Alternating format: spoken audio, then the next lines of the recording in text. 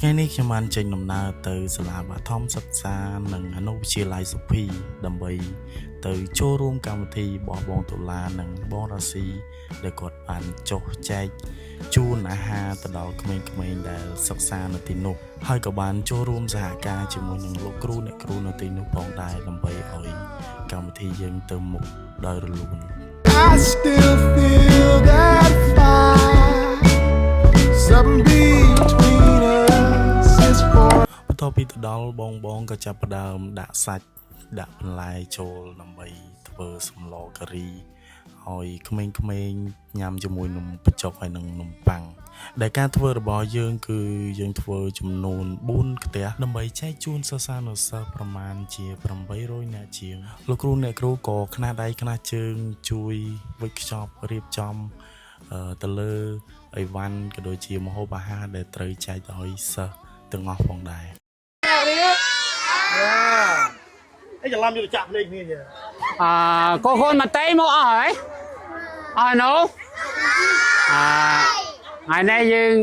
ដាក់ដៃចុះថ្ងៃនេះយើងសប្បាយទេមកដបកែវទឹកយើងមកដបកែវទឹកមួយនំប៉័ងមួយ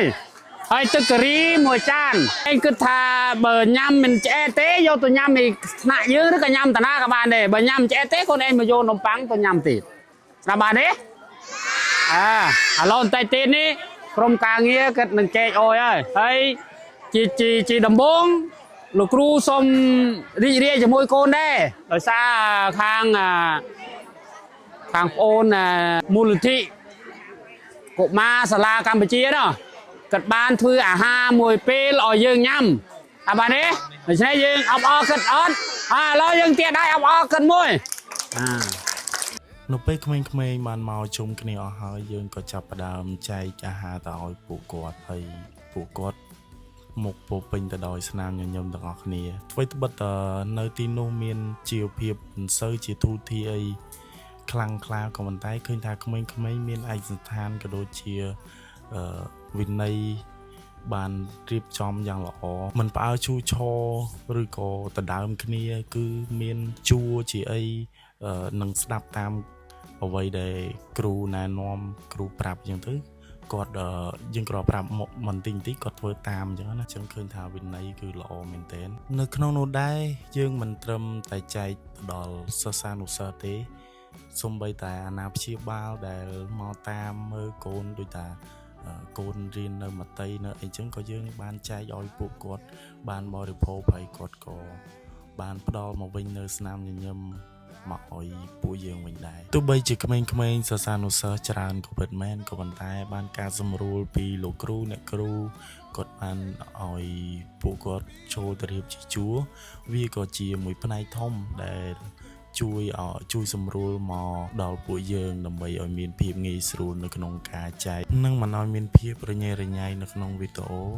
ក៏ដូចជាកម្មវិធីទាំងមូលទេហើយក៏សូមអរគុណទៅកាន់លោកអ៊ំមេឃុំនិងលោកនាយកសាលាដែលបានអនុញ្ញាតឲ្យពួកយើងបង្កើតនៅកម្មវិធីមួយនេះឡើងចំពោះលោកអ៊ំមេឃុំនិងលោកនាយកសាលាមិនត្រឹមតែអនុញ្ញាតឲ្យពួកយើងបានបង្កើតនៅកម្មវិធីមួយនេះទេជាក់ស្ដែងទៅពួកគាត់ទាំងពីរក៏បានចូលរួមជាចំណែកមួយដ៏ធំនៅក្នុងកម្មវិធីនេះដើម្បីជាការសម្រួលក៏ដូចជាការឲ្យតម្លៃមកកាន់ពួកយើងផងដែរថ្ងៃនោះឃើញថាហត់ក៏ពិតមែនក៏ប៉ុន្តែនៅក្នុងចិត្តគឺពិតជាសប្បាយរីករាយនៅអ្វីដែលបានធ្វើហើយក៏សូមអរគុណទៅកាន់បងតុលានិងបងរាស៊ីដែលបានបង្កើតនៅកម្មវិធីមួយនេះឡើង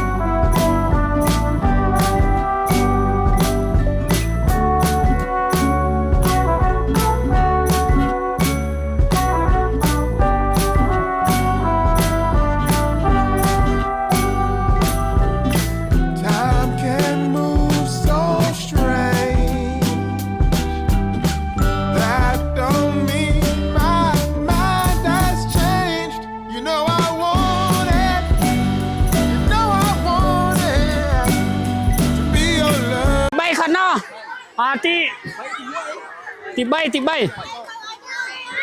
កម្មារៃមកជួទី3ចូល ទី4មកចូលកណ្ដាលទី4នេះមកដៃខ្ញុំនេះ ចូលខាងនោះ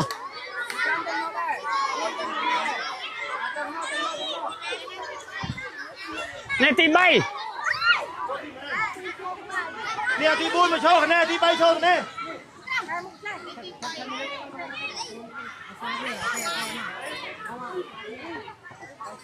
ជួយចែកខ្ញុំចា to be your partner. Took you for granted, lost the moment, and I let your love slip away. Yeah, yeah, yeah, yeah, to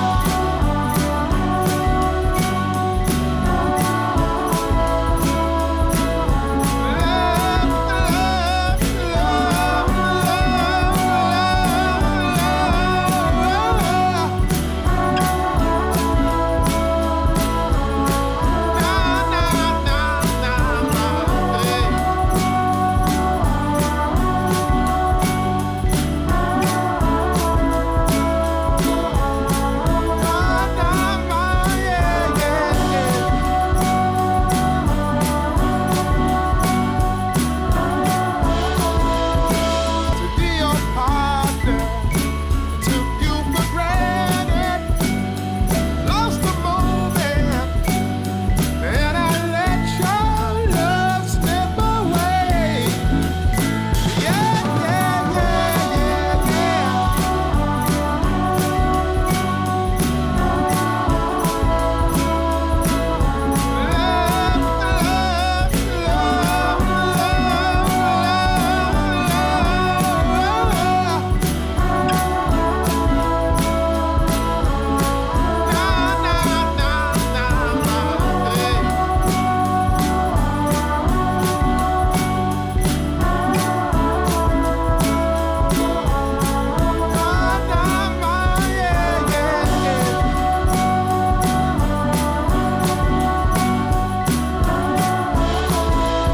To be your partner, took you for granted, lost the moment,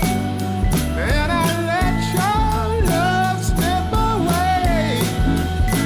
Yeah, yeah, yeah, yeah,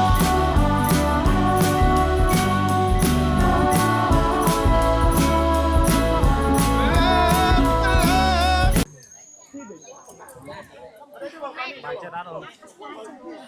បាយចិត្តហ៎ ចា ព្រឹកមិញបានញ៉ាំអីនៅ បានញ៉ាំ ញ៉ាំហ៎ ចា ញ៉ាំអីគេ បាយ បាយហ៎ ចា តែឥឡូវឃ្លានទៀតនៅ លៀនទៀតហើយ គេបានញ៉ាំហើយ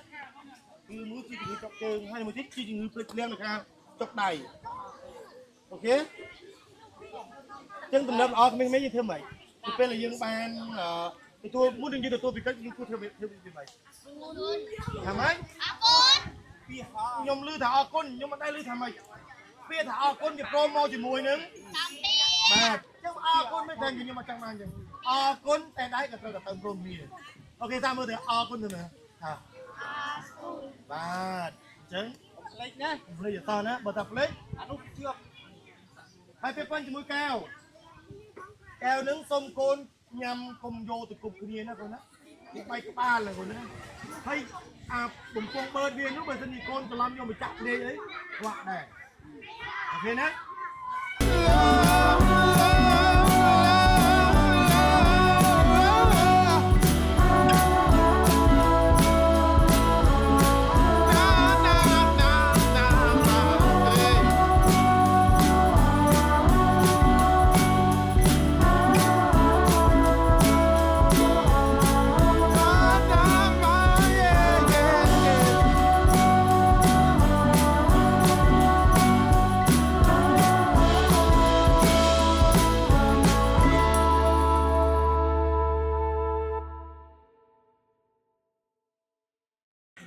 បងឯង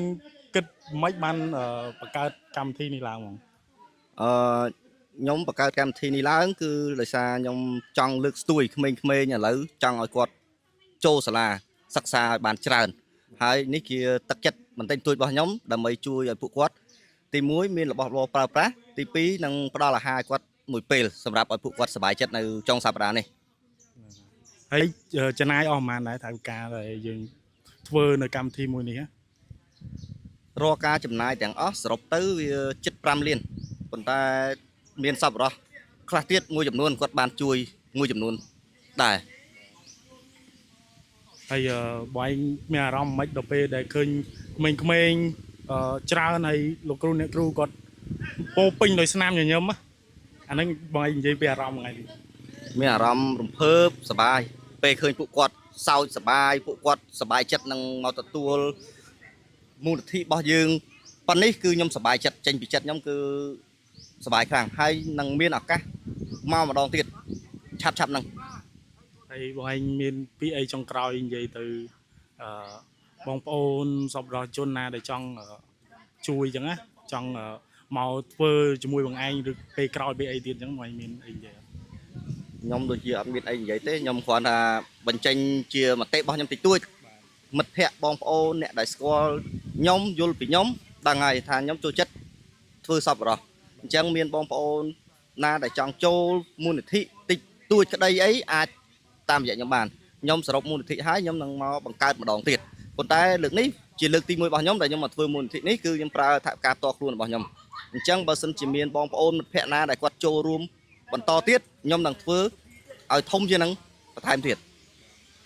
អញនឹងបរិទ្ធទៅសាលាផ្សេងឬក៏ទៅអ្នកផ្សេងអីចឹងណាបង គម្រោងរបស់ខ្ញុំគឺទៅសាលាផ្សេងសាលាហ្នឹងដដែលក៏មានសាលាផ្សេងក៏មានវត្តអារាមផងដែរមិនមែនតែសាលារៀនទេ ហ្នឹងណាបង បាទ ចាក្នុងនាមថ្ងៃនេះថ្ងៃទី25ខែកក្កដាឆ្នាំ2026ចានាងខ្ញុំតំណាងមេឃុំសុភីសូមគោរពថ្លែងអំណរគុណដល់ក្មួយប្រុសម៉ាតុលាហើយនឹងក្មួយប្រុសផនពុទ្ធារាស៊ីចាដែលមានទីលំនៅកាត់គឺជាអ្នកភូមិសុភីចំណែកក្មួយប្រុសគឺអ្នកនៅប៉ោយប៉ែតចាកាត់គឺជាសប្បុរសជនដែលបានបង្កើតសប្បុរសធម៌មួយគឺបានធ្វើសម្លការីនំប៉័ងនិងមានកែវទឹកជូនដល់សិស្សបឋមសិក្សាដែលមានសិស្សសរុបចំនួន600នាក់បូកទាំងអនុវិទ្យាល័យចានាងខ្ញុំពិតជាមានមោទនភាពណាស់ហើយក៏សប្បាយចិត្តសប្បាយក្រៃលែងរកអ្វីមកប្រៀបផ្ទឹមពុំបានចាដែលមានលើកទី1ដែលក្មួយបានចូលមកដល់ទឹកដីនៃគុំសុភីនេះចានឹងសូមគោរពនឹងជូនពរក្មួយទាំងអស់ដែលជាសប្បុរសជនហើយចំណាយថវិកាផ្ទាល់ខ្លួនដែលចង់និយាយថាដែលចេញពីចិត្តដ៏ល្អរបស់ក្មួយទាំងអស់ខ្ញុំសូមគោរពអរគុណក្មួយនិងសូមជូនពរក្មួយទាំងអស់គ្នាសូមឲ្យក្មួយមានសេចក្តីសុខសំសាន្តមានសុខភាពល្អអាយុវែងយឺនយូរព្រមទាំងរកទទួលទានមានបាននិងទទួលបានជ័យជំនះគ្រប់ការងារព្រមទាំងជ័យជំនះក្នុងគូជីវិតនិងទទួលបានអនាគតល្អភ្លឺស្វាងទាំងអស់គ្នាហើយក៏ជូនពរក្មួយណាដែលមិនទាន់មានគូឆាប់ដល់គូអ្នកដែលដល់គូហើយសូមឲ្យផ្ដល់នូវសេចក្តីសុខចម្រើនកុំភ្លេចណាជោគជ័យក្នុងការងារទាំងអស់គ្នាសុខសំសាន្តក៏ទាំងអស់គ្នាដែរអរគុណចាក្មួយចាអរគុណច្រើនចាអរគុណអ្នកថតដែរចាអរគុណចា